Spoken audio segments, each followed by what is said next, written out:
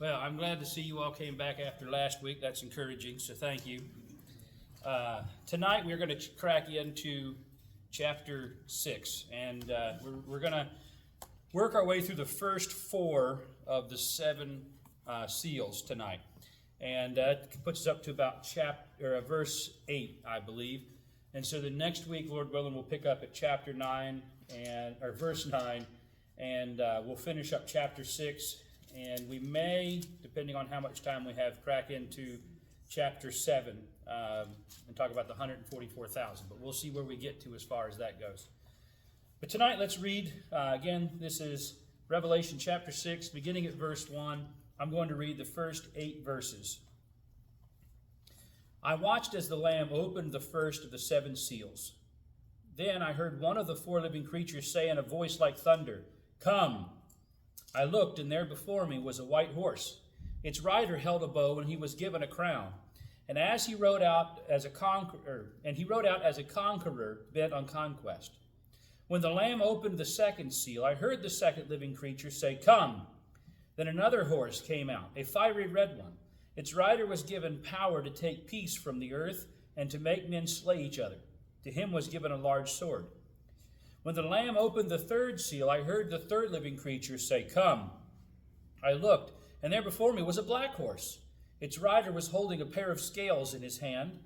Then I heard what sounded like a voice among the 4 living creatures say, "A quart of wheat for a day's wages, and 3 quarts of barley for a day's wages, and do not damage the oil and the wine."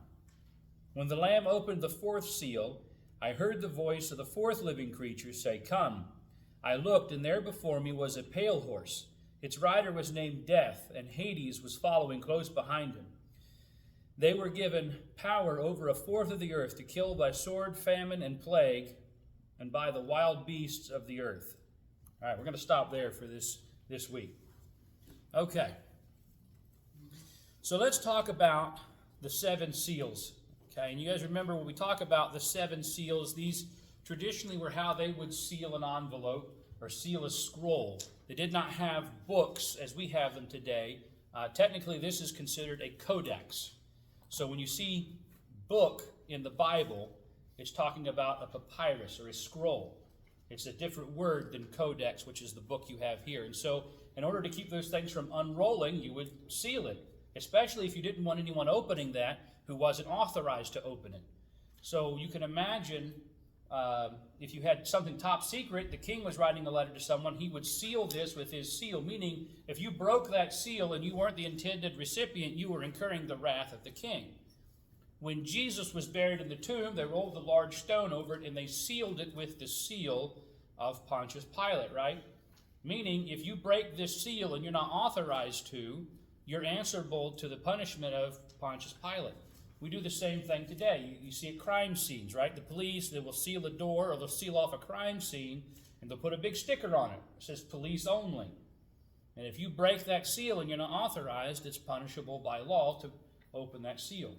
The more something is sealed, the more secretive it is. So here we have these 7 seals, meaning this document is completely sealed, right? It's perfectly sealed. And the only person who is authorized to open that is Jesus. Right, that's your Sunday school answer for the day. Remember the angel cried out in a loud voice, "Who is worthy to open the scroll?" When there was no one on earth or under the earth or on the earth or in the seas that was worthy. Right, because Christ wasn't there. He'd already ascended back to heaven. He was in the throne room. And so from the throne room, John saw a lamb looking as if he'd been slain. He alone was worthy to open the scrolls. And so now we see Jesus, who was worthy, breaking these clay seals, is what they would have been as clay or wax seals, to open this scroll. Now, when we look at these 7 seals, there are some things that are similar and there's some things that are different. For these seals, the first 4 especially, we're going to see a pattern.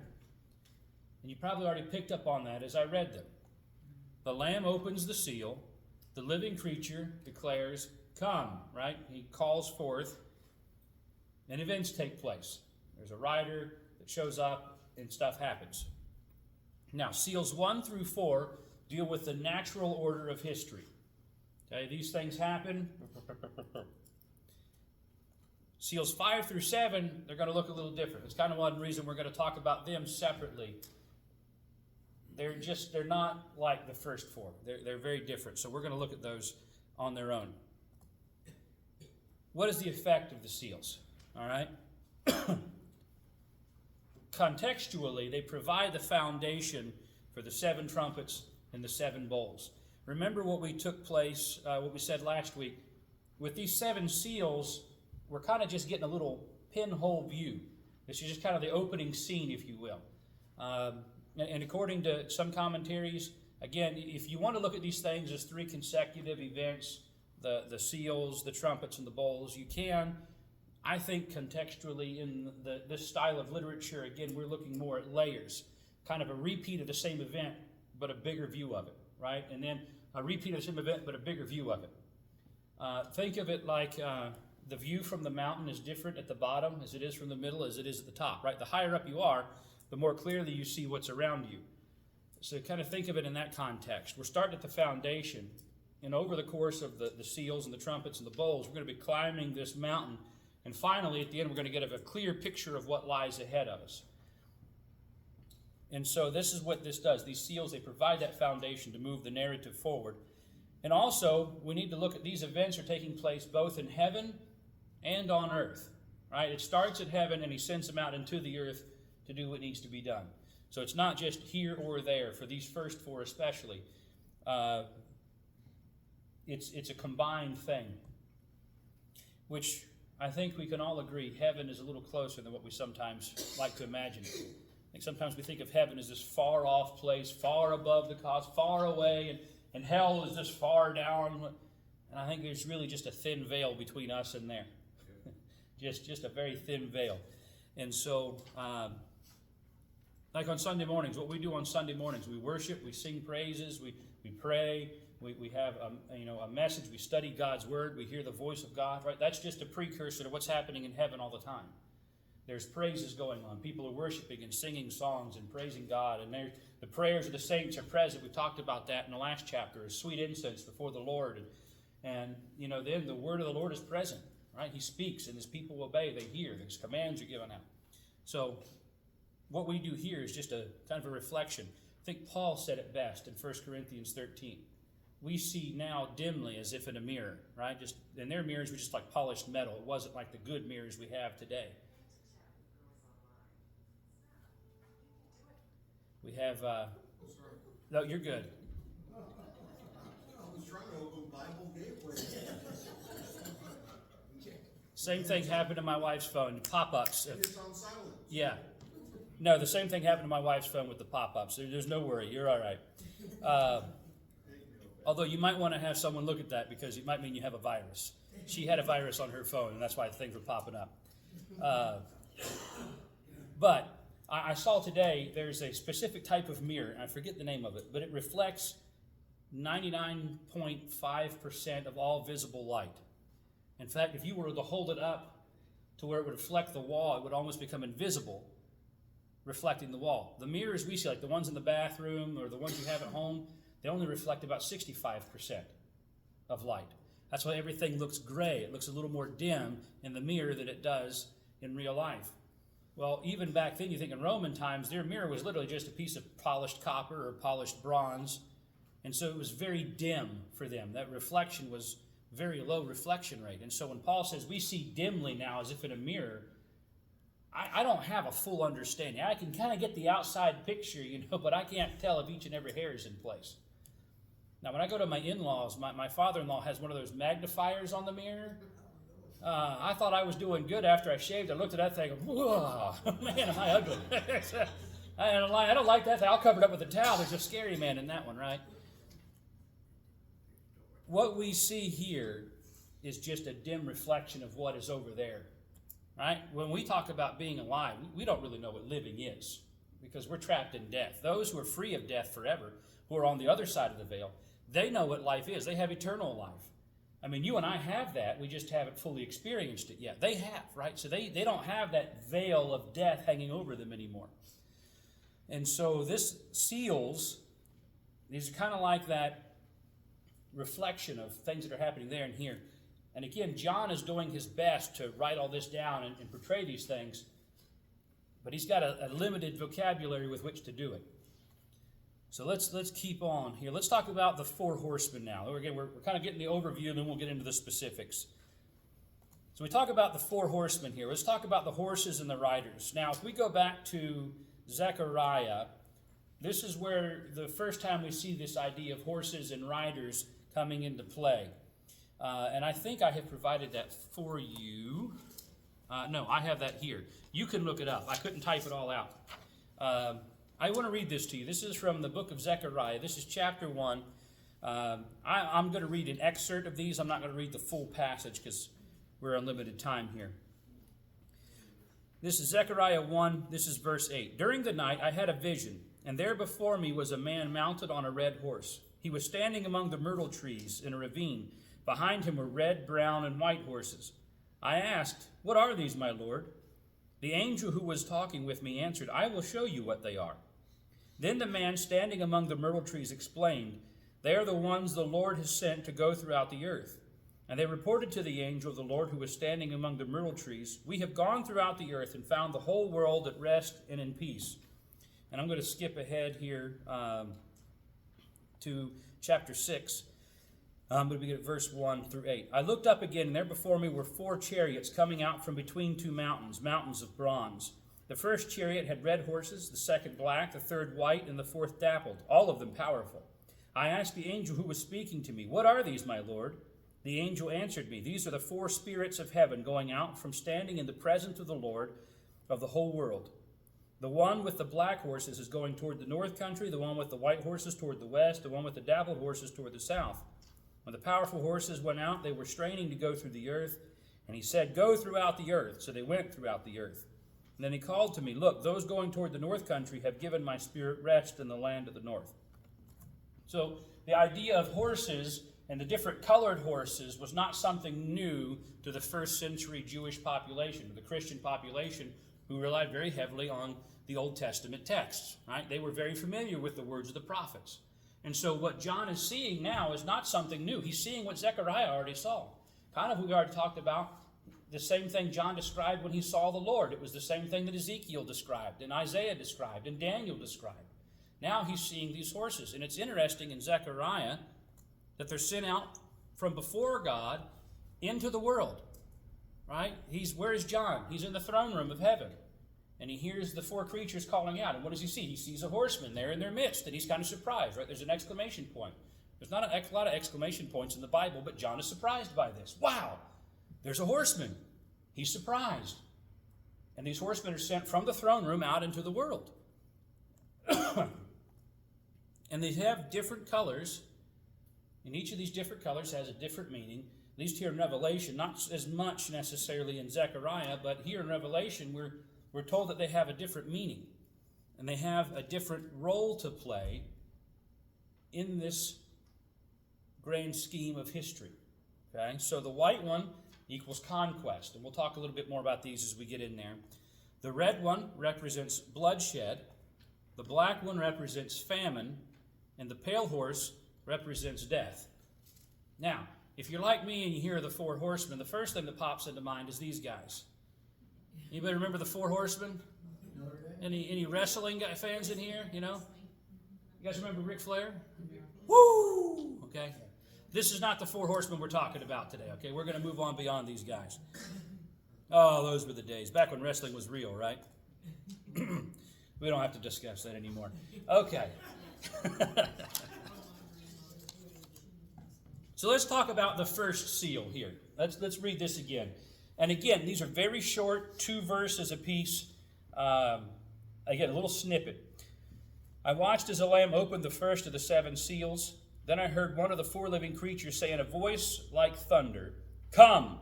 I looked, and there before me was a white horse. Its rider held a bow, and he was given a crown, and he rode out as a conqueror bent on conquest. So, what happens? The Lamb opens the seal. Okay, step 1. He is the only one who's worthy. There's no one else in heaven and earth and in the sea or under the earth or in the sea. Only Christ can open. He is worthy because of his sacrifice, right? He was faithful, and because of his faithfulness, He submitted himself. He humbled himself to the point of death. Therefore, right, God exalted him to the highest place, that at the name of Christ every knee shall bow and every tongue confess that Jesus Christ is Lord, to the glory of God the Father. Okay? That's why he is worthy. And he has been given authority over all things, even the authority to open the scroll. So now we see the living creature. Remember, there's these 4 living creatures. One, has the face of a man. One has the face of an ox. One has the face of an eagle. Right? Okay? They're all different. And each one has a turn in its proclamation. He says he has a voice like thunder. Now, when we think of a voice like thunder, this is not, he didn't hear the sound of thunder. When you hear something that has the voice of thunder, it means it's a powerful voice. Here, especially in this style of literature, even going back into the Old Testament, when we see thunder associated with the voice, it represents God's presence. Think of Moses when he comes to the mountain. There's thunder, and that symbolized God's presence. Okay, when Isaiah comes into the temple in Isaiah 6 and he sees the Lord, it says the angels spoke and their voices shook the thresholds of the temple, right? It was loud like thunder. When we see thunder, we think God. We think God's presence. So when this angel was speaking with a voice like thunder, he's speaking, and it represents God's presence, and it also represents his powerful nature. Okay? I can have a loud voice. And in fact, if you're here on Monday nights, a lot of times you'll hear me downstairs. I'll call out from down here to the guys at the back of the field, and they'll hear me. I can do that, but that is not a voice of like thunder. It's just a loud voice. It doesn't rumble anything. Buildings don't tremble when I speak. I wish they did. I would go up to D.C. and set a few things straight, right? But that's not how this works. When it says he has a voice like thunder, it represents the powerful nature of this beast around the throne. There's a reason he's around the throne. You're not going to see the little wimpy guy that just says, yes, Lord, all the time. All right, this is a mighty, powerful creature.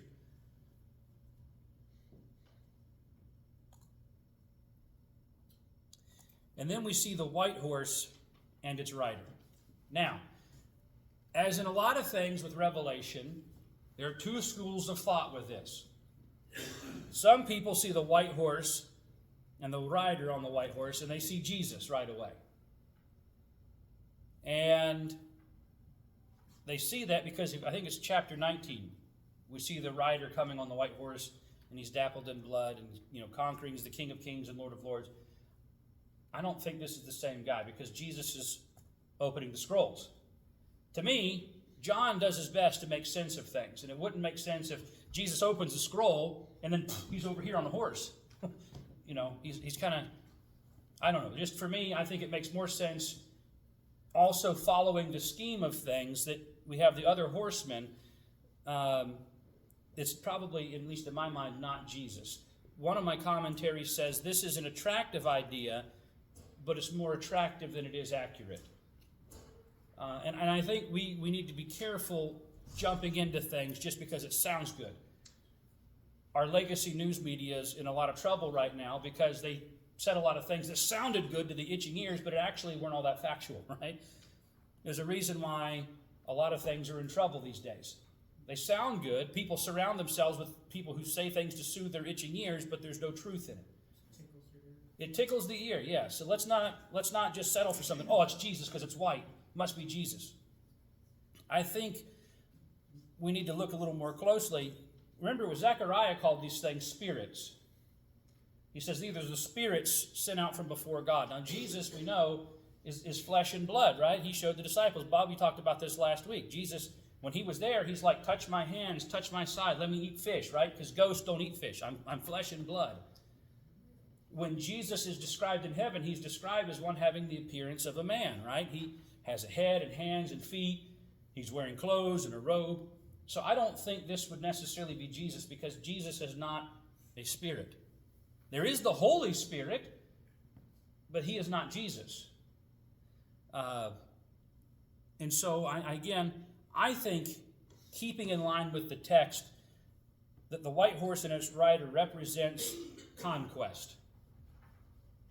When we look a little closely, it says he rode out as a conqueror bent on conquest.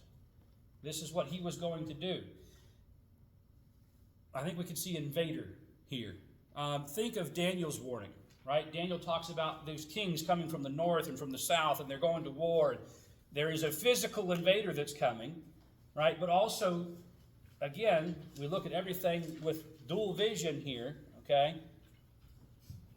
I think John is also concerned here about a more spiritual conquest that's coming because people have fallen asleep. Daniel talks about the king of the south, I believe. He said he will invade the kingdom at a time when its people feel secure, and he will invade through intrigue, right? He's not going to invade necessarily right off with an army. He's going to penetrate their thoughts and get them thinking a little differently. Oh, that's pretty neat, right? There's a lot of spiritual people in America today. That's pretty neat. Just as long as it's not Jesus. We'll think about all the other spirits, but we're just not going to think about Jesus, right? It's neat. It's interesting. It catches the eye. It sounds good. It soothes your ears. And I think kind of John has an eye on two planes. Yes, this may very well be a physical conqueror that's coming, right? We're in the presence of Rome, and Rome at this point in the end of the first century, they were growing and they were still having some troubles. And in fact, at one point, Rome actually fell to the Goths and the Visigoths, and Rome was no more. And so there is a physical aspect to this, but I also think for us as believers, when we read this, we should be thinking, our fight is not against flesh and blood, but against, right, the princes, the powers of the heavenly realm, right, the evil that exists, the ideologies that exist that are perverse. I think these are things we also need to be concerned about. And he talks about here this white horse. And one of my commentaries that I was reading made the point, the white horse here does not equal purity, but it's a perversion of purity. Right? People think, oh, wow, we want the white horse, right, because it's so good, but no, it's really not. Again, that's how that intrigue, the ideas of conquest, if it was a stupid idea, no one would follow it. You know, I am a big fan of capitalism. Not crony capitalism, but moralistic capitalism. That everyone should have the same opportunities to make something of themselves.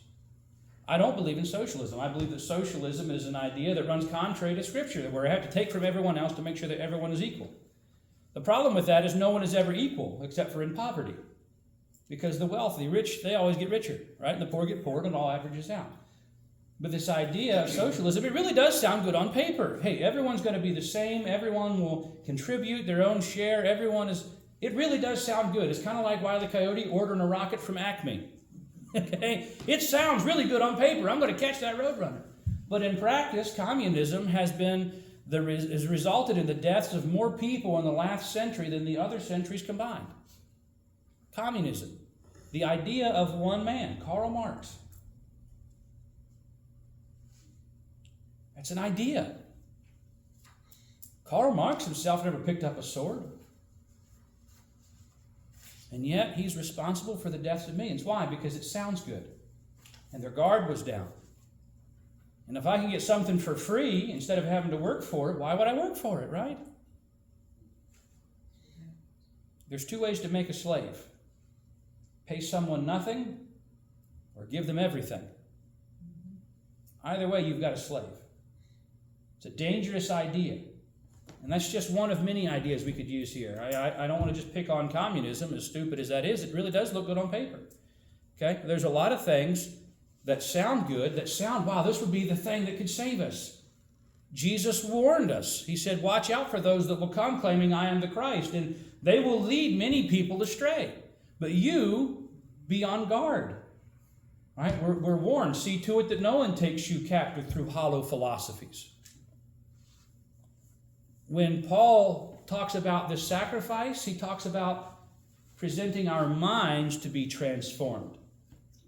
Because if you can change the way someone thinks, everything else will follow. If you could convince me today that bacon was bad, I would be 40 pounds next week.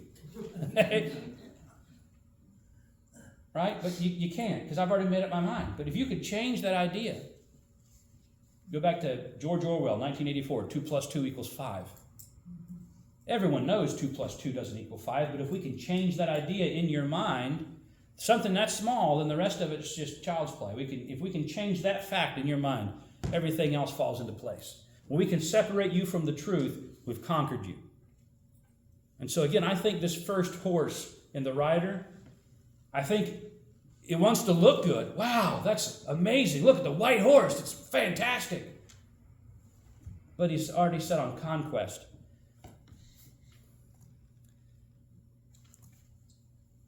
This is not a bad reference, by the way, to America, so don't get your feathers ruffled. He held a bow, right? He was given a bow, or is he held a bow, and he was given a crown. He held a bow in his hand. Now, the bow equals warfare, it equals battle. Throughout all of history, when someone is holding a bow, that means warfare. That's just the instrument that we have chosen to represent warfare. Okay? Modern day times, most people don't use bows and arrows for battle, although the last time there was a confirmed arrow kill was World War II. There was an Englishman. He marched onto Normandy Beach playing the bagpipes, carrying a broadsword and a bow and arrow. And many Germans met their fate at the end of a bow and arrow, or being struck down with a broadsword by the crazy Englishman. And the Germans didn't shoot him because they thought he was crazy. And they felt bad for the guy. Little did they know. But the bow is a symbol of war. So when you see someone holding a bow, it's a symbol of conquering. Now, isn't that interesting? Let's rewind back to Genesis. After the flood, what does God put in the sky? His bow, right? He put his bow in the sky. Why? Because he has conquered. It's a symbol of what was coming. I've already conquered sin. And he promised never to flood the earth again. Now, we see the bow in this man's hand. He's coming to conquer. And this is still true today. Okay? We look at the national seal of the United States. What is the eagle holding in his talons? Olive branch and arrows. Okay? Where do you shoot arrows from? A bow. Okay? Unless you're a hillbilly and you have a bow gun, because they do exist. I want one because I'm a redneck. Okay? These are things that we do. How can we shoot different things faster? The eagle is holding the arrows because we are very capable of war. At any moment we can war. Now, which way is the eagle facing? Towards the olive branch. I choose peace. I want to have peace. But if provoked, we are very capable of going to war. And up until recently, if you went to war with America, you lost. And then we let politics get involved. And now we don't even know what a man is or a woman. And then we look at where we've come, okay? We've taken our eyes off the prize, guys. But this is true even for us today, right? The arrows, the bow, they still symbolize warfare. And it says he's given a crown. Now, when we think crown, we think kingly, right? We just saw the coronation of King Charles and the death of Queen Elizabeth. I thought she would outlive me, to be honest. She gave it a good run. But we see he's given authority to conquer, right? With crowns come authority. Even if they are the victor's crown. That means you are kind of an authority in your area. If you win a gold medal, people would look to you and say, wow, you're an authority in whatever area you've won the gold medal. If I win a gold medal for fencing or swimming or basketball, none of which will ever happen, I assure you, people would look to me and say, okay, that man is an authority on fencing or golf or whatever it is, basketball. So he's given this crown. Right? Here's the authority to go out and conquer. He has to be given authority, which I think is interesting. And it also represents victory, right? The crown is the victor's crown. Think this is kind of the crown of laurels. You've heard the phrase, don't rest on your laurels, right? Don't rest on your accomplishments, keep working. That goes all the way back to the ancient Greeks who had the Olympics, and they would present the victor with a crown of laurels. Congratulations, you won, here's a crown of laurels, right? So this is victory. Now, usually they would give the crown of victory to someone after they've already won. But I think in this case, it's a foregone conclusion. The white horse and its rider are going out to conquer. And they will conquer. There's no need to wait and see what happens. It's going to happen, so here's your crown at the beginning. God's plan never fails. If God sends the horse out to conquer, the horse will conquer. And it says he is bent on conquest. He's focused, right? If we go back to Zechariah It says, when the power, this is chapter 6, verse 7, when the powerful horses went out, they were straining to go through the earth. And he said, go through the earth. And they went throughout the earth, right? They were straining. They were ready to go. They're ready to serve. They're ready to go and conquer. They're chomping at the bit. I think we should be the same way when God sends us out somewhere. We should be chomping at the bit to be sent out by God. What an honor that would be. So that's the first seal. White horse and rider bent on conquest. And they rode out to conquest. All right, let's look at the second seal. Lamb opens the seal. Living creature says, come. And again, he's calling to the rider, not to John. John never says he called and I went to where he was. John's here in the throne room. He's already at ground zero. He doesn't need to go anywhere else to look and see what's going on. When the rider says, come, he's summoning, or when the creature says, come, he's summoning the rider. It's kind of like an amen. This is God's plan. The seal has been broken. This is what's going to happen. Come, Lord Jesus, let your plans happen. Okay? This is a ceremonial announcement. Now, this is a different living creature than the first. All 4 living creatures get a turn. And it says, I saw, let's just read this here. When the Lamb opened the second seal, I heard the second living creature say, come. Then another horse came out, a fiery red one. Its rider was given power to take peace from the earth and to make men slay each other. To him was given a large sword. All right, so we see the fiery horse and the rider on the fiery red horse here. Represents the spirit of bloodshed. Again, I don't think we're seeing... well, let's just keep going here. Represents the spirit of bloodshed. Right? Naturally, bloodshed would follow conquering. This is a progression here. It's results of the conquering spirit. And he has given power to take away peace from the earth. Now, what's the result of that? People kill each other. Peace is a tremendous blessing. It's a blessing I think we're too quick to squander sometimes. But peace is taken away from the earth. And men kill each other. And it says he has given a large or a great sword. Now, this is not just a neat tool to put in his toolbox. Again, it's symbolic. It's an instrument of judgment. When we look at Ezekiel chapter 21, and really the whole chapter of Ezekiel 21, it is a terrible chapter, and I tried to read it, and it is hard to read. I got to be honest with you. It is hard to read Ezekiel 21. And Leviticus as well. We're going to talk about Leviticus here in just a minute. I don't think I have this one marked off, do I? No, that's a different passage. All right. I want to read you the first 5 verses of Ezekiel 21, and the rest of it is along this same thing. The word of the Lord came to me. Son of man, set your face against Jerusalem and preach against the sanctuary. Prophesy against the land of Israel and say to her, this is what the Lord says, I am against you.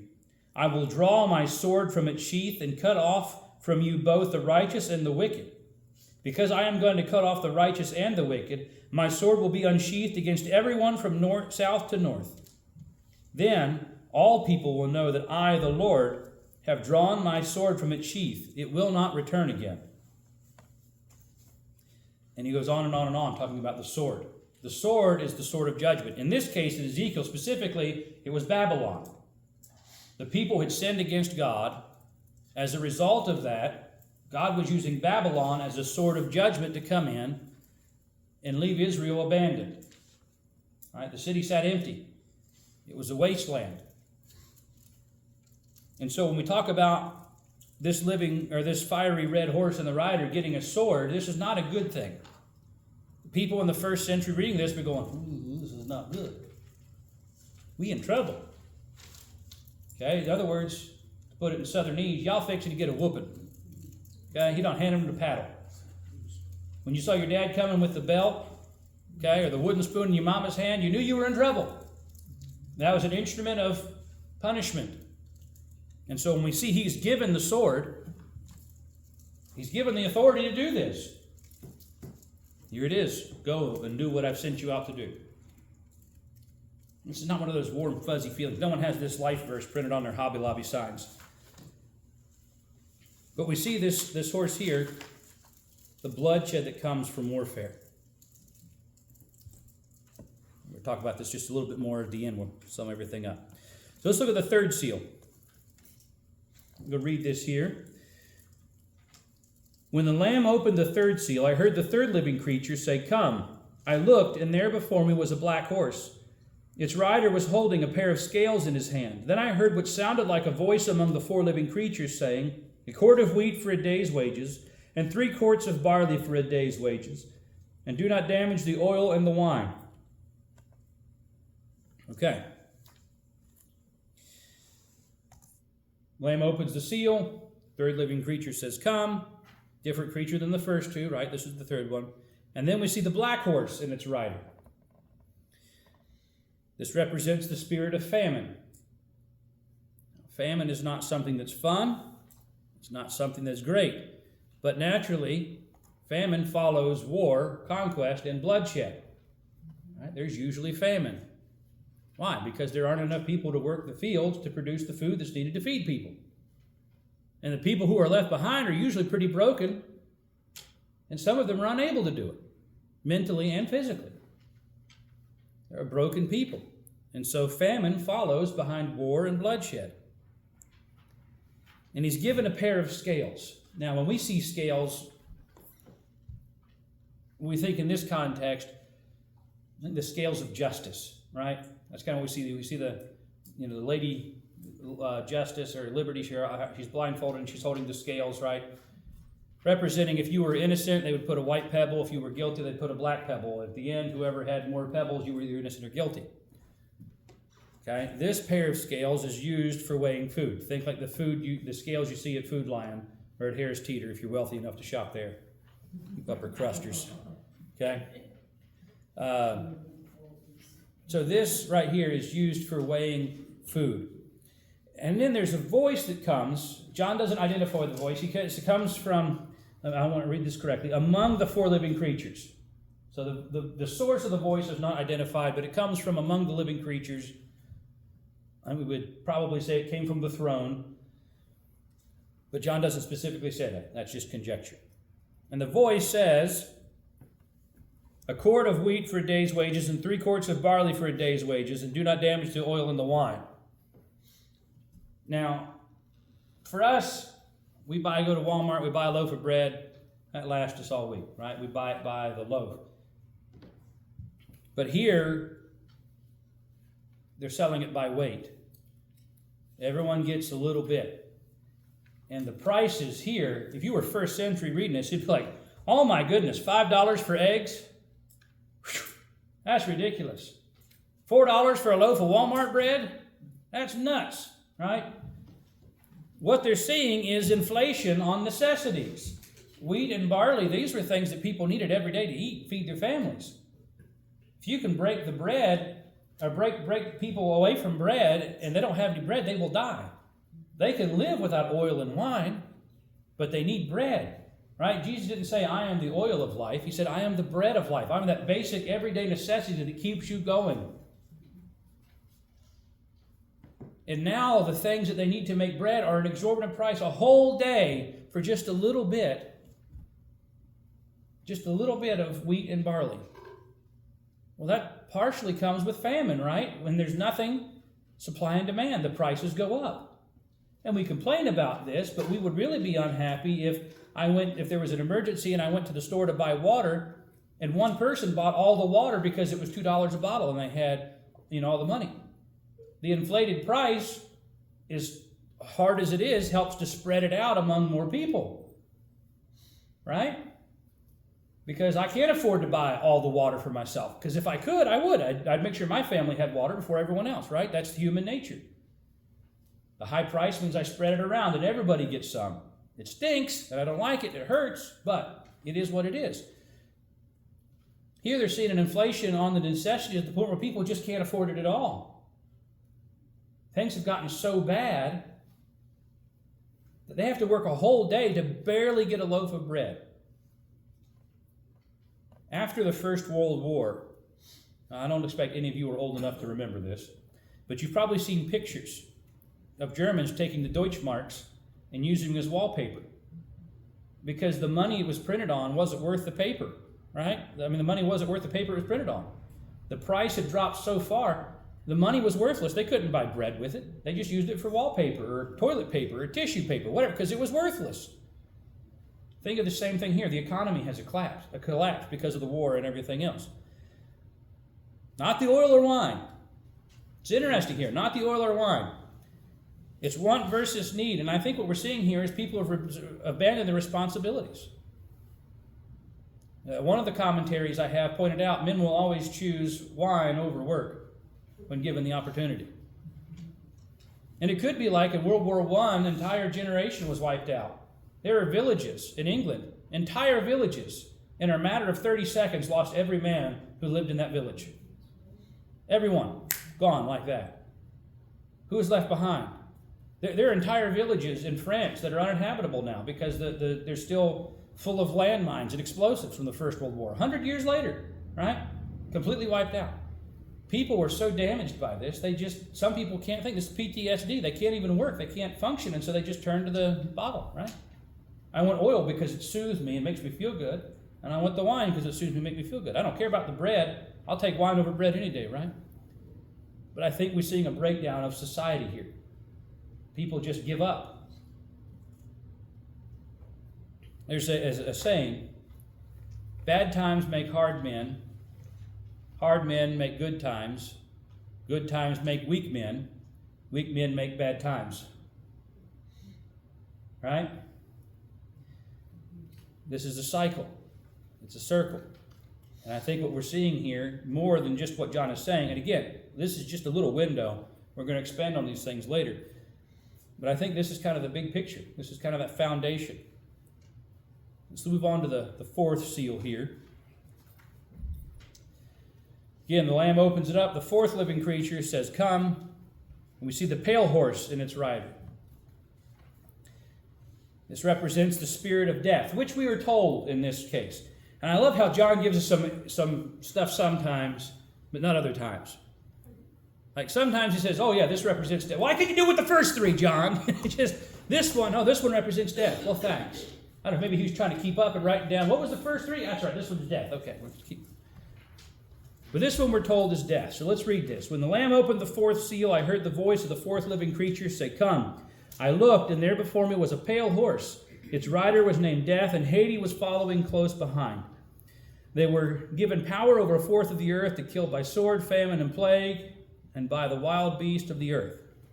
Okay, so we're told this rider is Death, and Hades follows close behind. Now, first thing that popped in my mind here with this quote was Tombstone. You guys remember Tombstone? Not Tombstone. Was it Tombstone? No. Anyway, Wyatt Earp. Tell him I'm coming and hell's coming with me, right? He's quoting this passage of Scripture. In other words, he's saying, I'm death. You're going to die when I get there.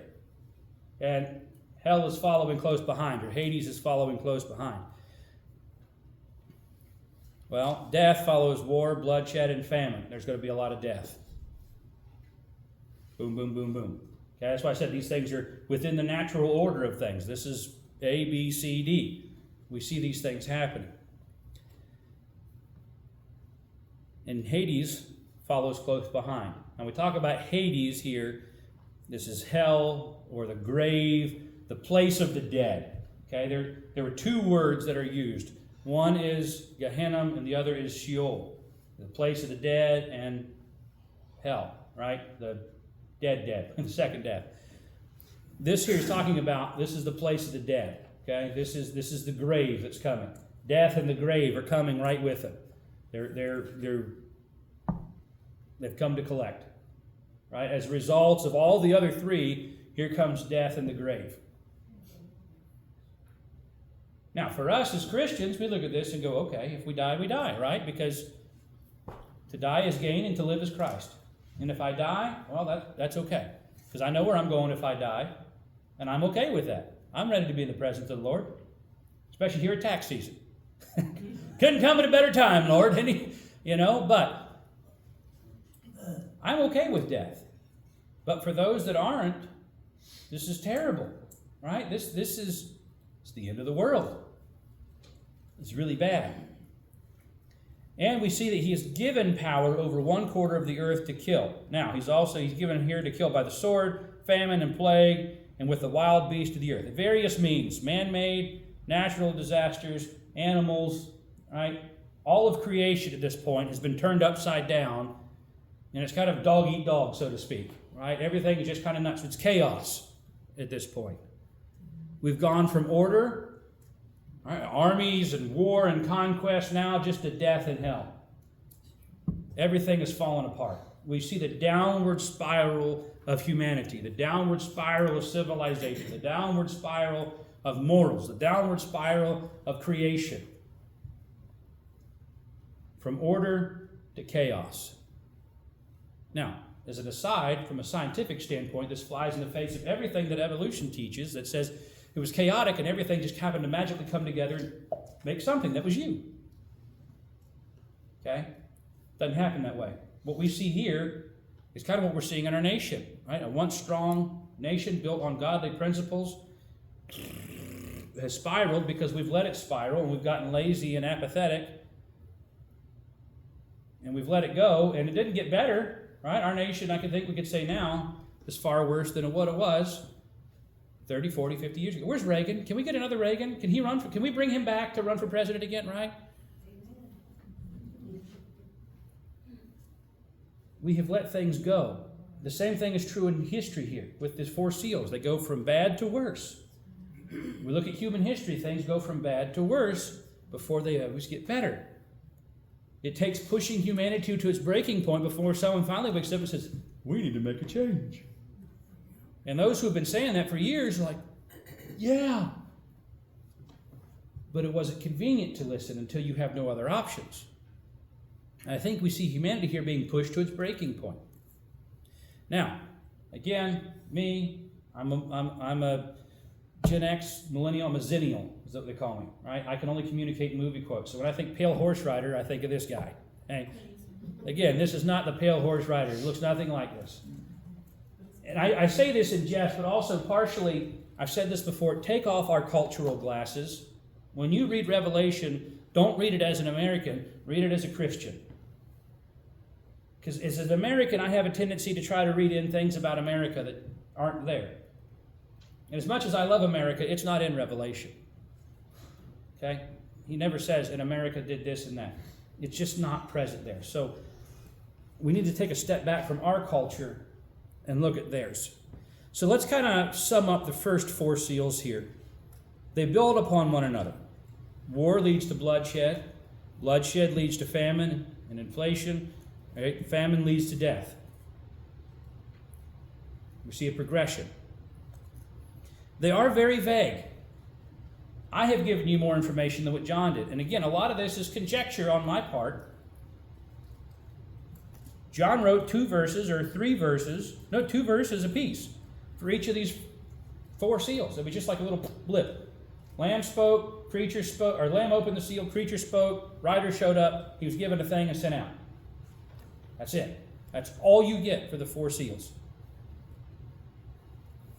And so they are very vague. They're just that first glimpse, though. I think, again, we're kind of building this Revelation sandwich, if you will. Right? We're going to look at these things in layers. And it's going to be expanded in the trumpets and the bowls that are going to come. Now, as we've already noted, these things remind the reader of Old Testament promises. Right? These things are going to happen. And some of those things, like I want to read to you from Leviticus 26. We don't have time to read the whole chapter. 26. The first here is the first half of 26 is the reward for obedience. If you follow I'm picking up at verse 3. If you follow my decrees and are careful to obey my commands, I will send you rain in its season, and the ground will yield crops, and the trees of the field bear their fruit. Your threshing will continue until the grape harvest, and the grape harvest will continue until planting, and you will eat the food you want and live in safety in your land. I will grant you peace in the land, and you will lie down, and no one will make you afraid. I will remove the savage beast from the land, and the sword will not pass through your country. You will pursue your enemies, and they will fall by the sword before you. 5 or 6 of you will chase 100, and 100 of you will chase 10,000, etc., etc. Now, verse 14, but if you will not listen to me and carry out all these commands, and you reject my decrees and abhor my laws and fail to carry out all of my commands, and so violate my covenant, then I will do this to you. I will bring upon you sudden terror, wasting diseases and fever that will destroy your sight and drain away your life. You will plant seed in vain because your enemies will eat it. I will set my face against you so that you will be defeated by your enemies. Those who hate you will rule over you, and you will flee even when no one is pursuing you. If after all this you will not listen to me, I will punish you for your sins 7 times over. I will break down your stubborn pride and make the sky above you like iron and the ground beneath you like bronze.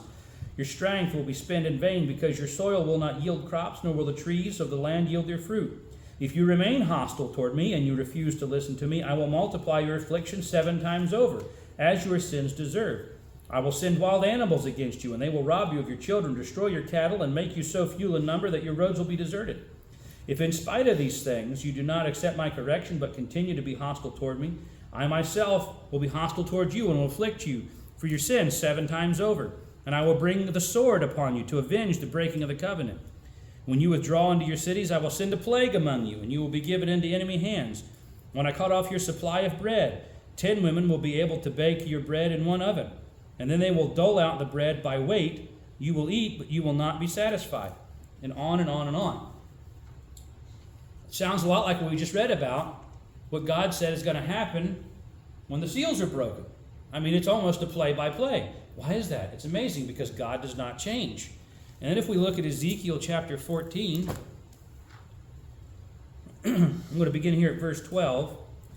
The word of the Lord came to me, Son of man, if a country sins against me by being unfaithful, and I stretched out my hand against it to cut off its food supply and send famine upon it, and kill its men and their animals, even if these men, Noah, Daniel, and Job, were in it, they could only save themselves by their righteousness, declares the sovereign Lord. For I send wild beasts in the country and leave it childless, and it becomes desolate that no one can pass through it because of beasts. As surely as I live, declares the sovereign Lord. Even if 3 men were in it, they could not save their own sons or daughters. They alone would be saved, but the land would be desolate. Or if I bring a sword against the country, right? Or if I send a plague, or if. Again, God was telling them back in the Old Testament, if you are not faithful, this is what will happen. He tells them, this is what I'm going to do if you are not faithful. He warns them from the beginning. He says, I have given you all the tools you need to be faithful.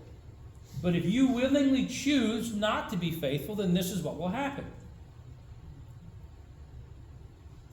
And now we see in the New Testament the seals being broken, and these things are happening. Why? I think because humanity has chosen again and again and again and again and again and again and again not to be faithful to God. And God, in his justice, does what he said he would do. Exactly what he said he would do. He is not a liar. He gave the warnings. If you continue down this path, then this is what will happen. And humanity has continued down that path. And then we look around us and see what's happening. In the last 100 years, look around the world. What has happened? Wars, rumors of wars, earthquakes in various places, right? Disease, famine, destruction.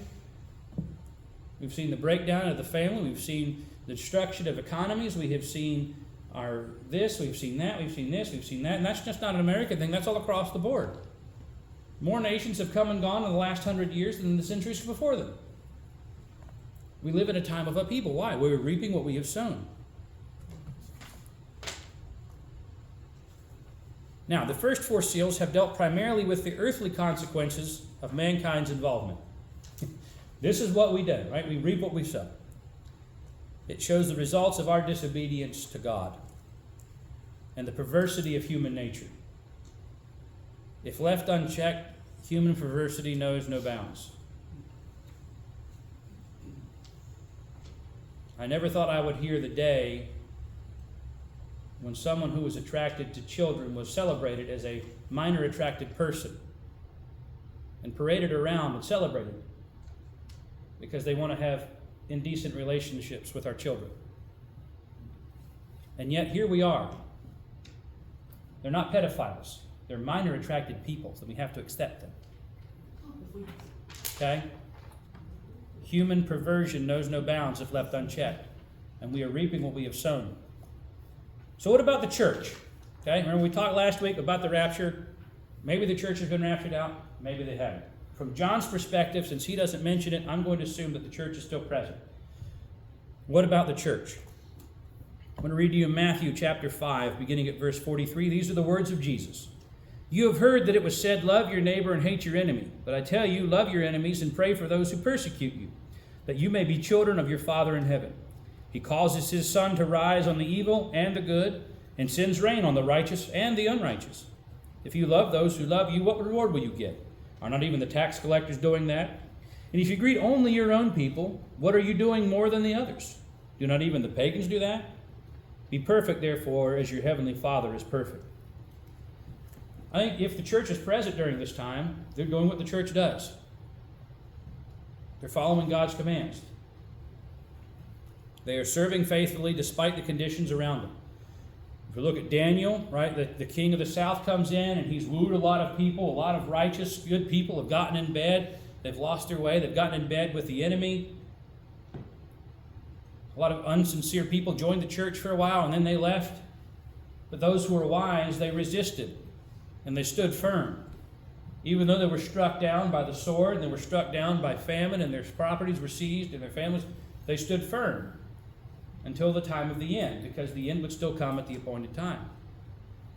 Daniel talks about how those who are wise will lead many to righteousness, and they will cause themselves to emit light, like the stars in the heavens above. I can't cause myself to emit light, but I carry the light of God within me when I allow him to transform me and make me a new creation. I think this is what the church is doing. The church is doing what it's always done. It's working in a hostile environment that's not conducive to the message of the cross. In fact, the world's going to look at it and says it's foolishness. And yet here the church still is 2,000 years later.